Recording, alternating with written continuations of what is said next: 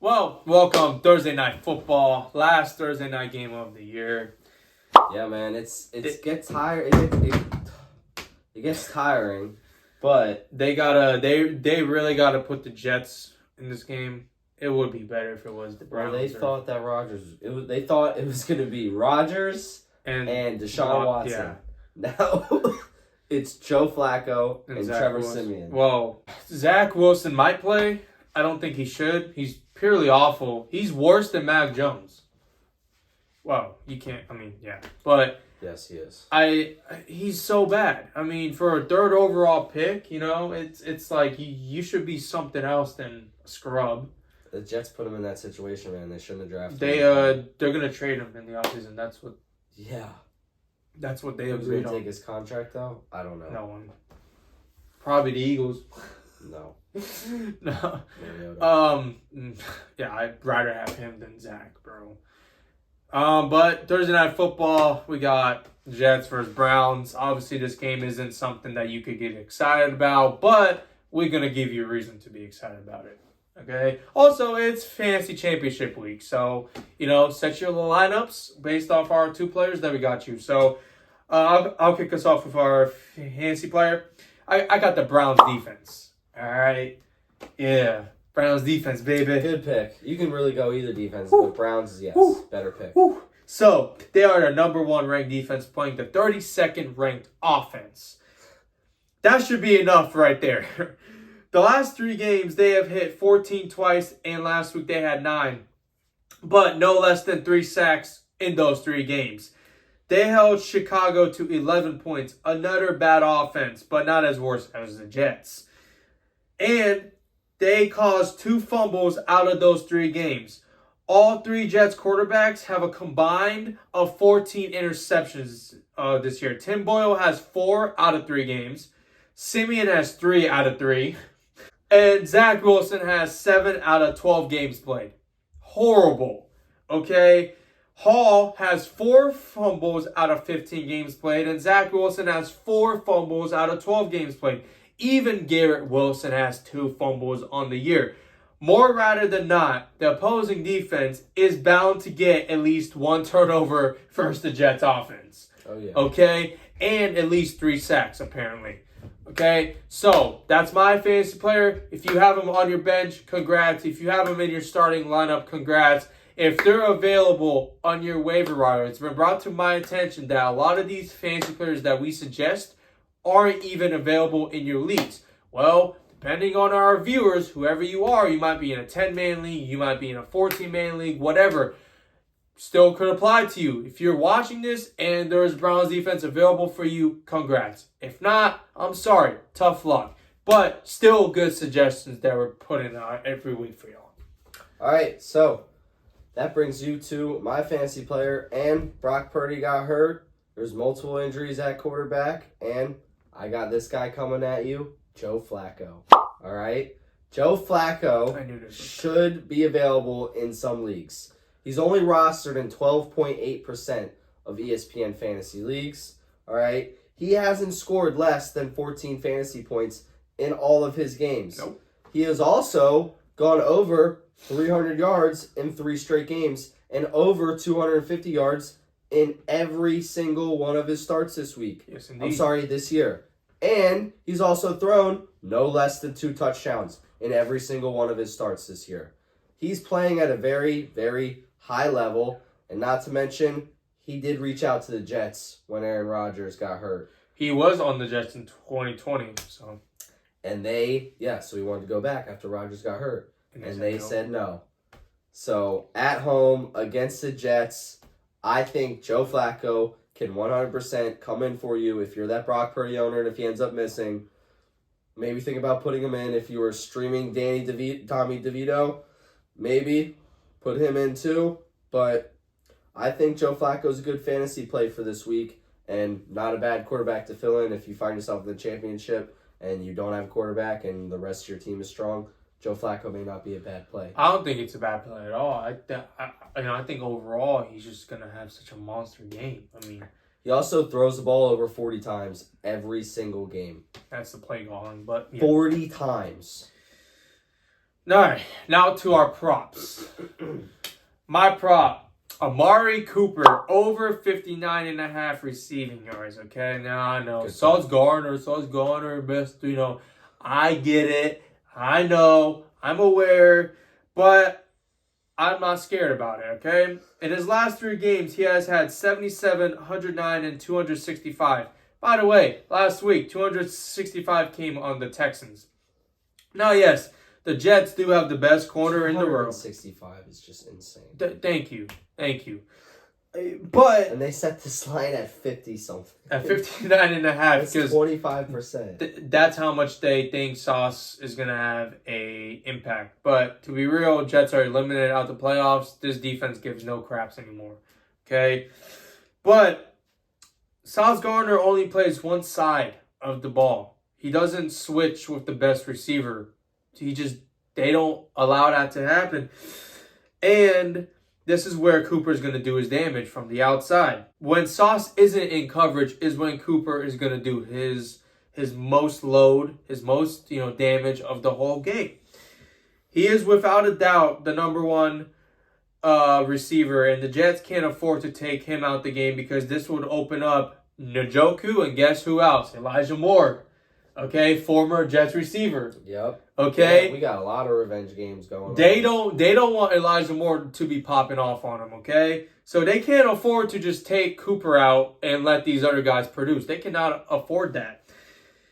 His line is set super low, and it's understandable. But this same defense, not too long ago, had Jalen Waddle at 142 yards without Tyreek Hill on the field.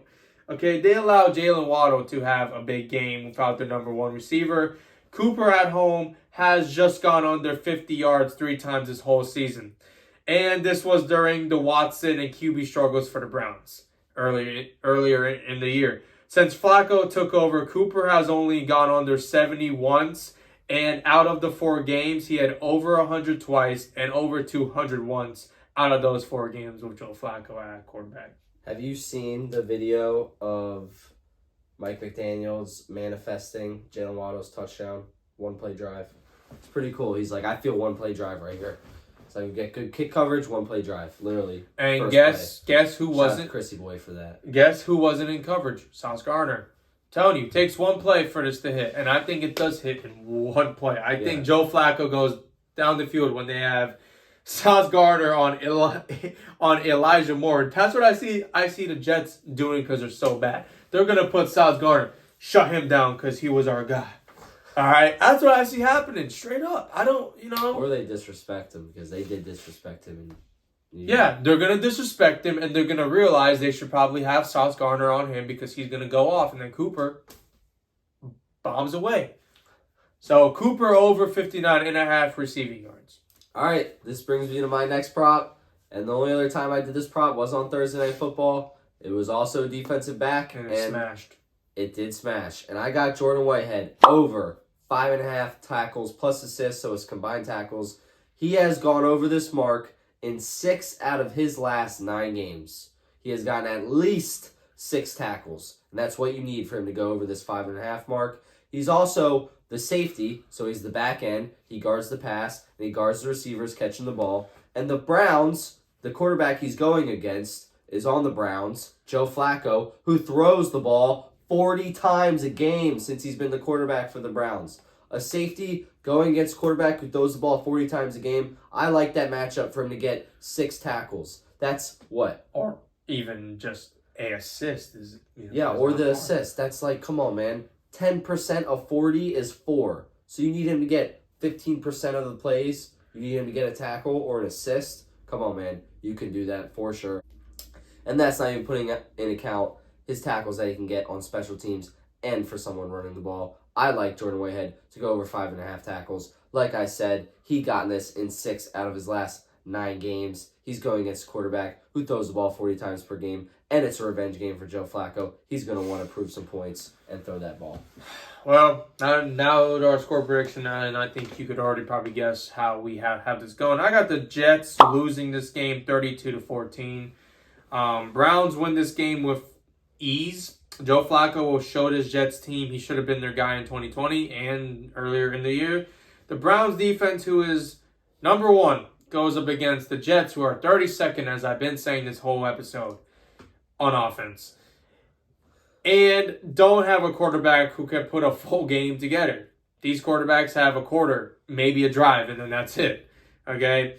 I see this game being a massive win for the Browns, and I mean massive win. That defense will flourish and flex on them.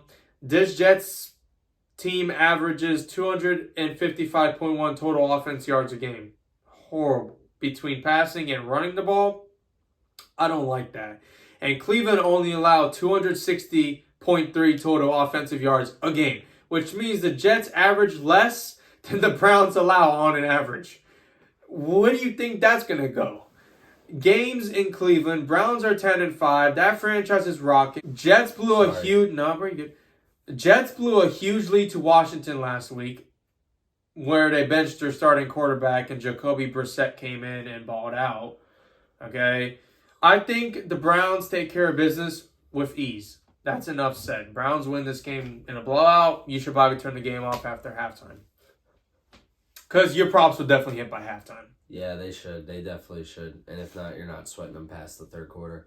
All right, so both teams are coming off a win where they both scored 30 points, believe it or not. Which Washington is horrible. I'm not going to count that. Any team could score 30 points on Washington, except certain teams have failed to. But it's Washington. If you have receivers, love to see them beat the Cowboys. That'd have been so nice to see. Yeah. But it's okay. All right. With that being said, I got the Browns winning this game with a score of 24-13. Currently, the Browns are on a 3-game win streak. Joe Flacco only lost his first game to the Rams on the road, and the Browns are 3-1 with Joe Flacco. Joe Flacco's agent reached out to the Jets, like we said earlier, when Aaron Rodgers got hurt, and they said, we don't want any part of you. We're going to go with Zach Wilson, who may not even play with this game. So this is a Joe Flacco revenge game. I absolutely think the media wants this game, the NFL wants this game because it's going to make more money. So, I mean, I don't exactly believe the NFL's rigged, but I'm starting to a little bit, and I do think the NFL likes to make money, and this is going to make them a lot of money if Joe Flacco wins this game, as he is all over the media right now with being the third oldest quarterback in NFL history to throw over 300 yards. If you didn't know that, that's pretty nuts. Also, the Browns defense. They're the number one ranked defense in the entire NFL. They allow 13 points per game while at home compared to 30 points on the road. So this game's at home in Cleveland where they are just rocking, allowing under 2 touchdowns. The Jets' deep offense, on average, averages 15 points per game the whole season. So that's not a good recipe for success. That's why the over-under is set at 36.5. Very low. Trevor Siemian cannot go into Cleveland and beat the Browns' number one ranked defense on Thursday Night Football primetime. If so, I don't know what the NFL is doing. They want Joe Flacco to get this win. They want the Browns to win and get in the playoffs and potentially host a home playoff game. I see that happening. If Trevor Siemian goes in there and beats the Browns, you know what, man, that's, to me, I'm going to be confused on what the NFL wants, man. Yeah, They want Joe Flacco to win. Sadly. He feels like a little kid again, man. Oh, yeah. Feels like a little kid again. I'm going to take a bold take. I wouldn't be surprised if the Browns make it to the Super Bowl this year. Okay, you need to... I wouldn't be surprised. I wouldn't... Joe Flacco, dude, I wouldn't be surprised. What? Super Bowl? First, Josh Jacobs is a Hall of Famer over Austin Eckler, and now the Browns are going to go to the Super Bowl with Joe Flacco. They're going to have a shot. They might have a shot, but they're not going to, no. That defense could definitely carry him down there. They could beat the Bills. Chiefs, they could beat. They can beat whoever wins the AFC North, as in the Texans or the Jags. They could beat the Chiefs, too. They could beat the Chiefs. Vegas just beat them. That's different. Browns have a way better defense.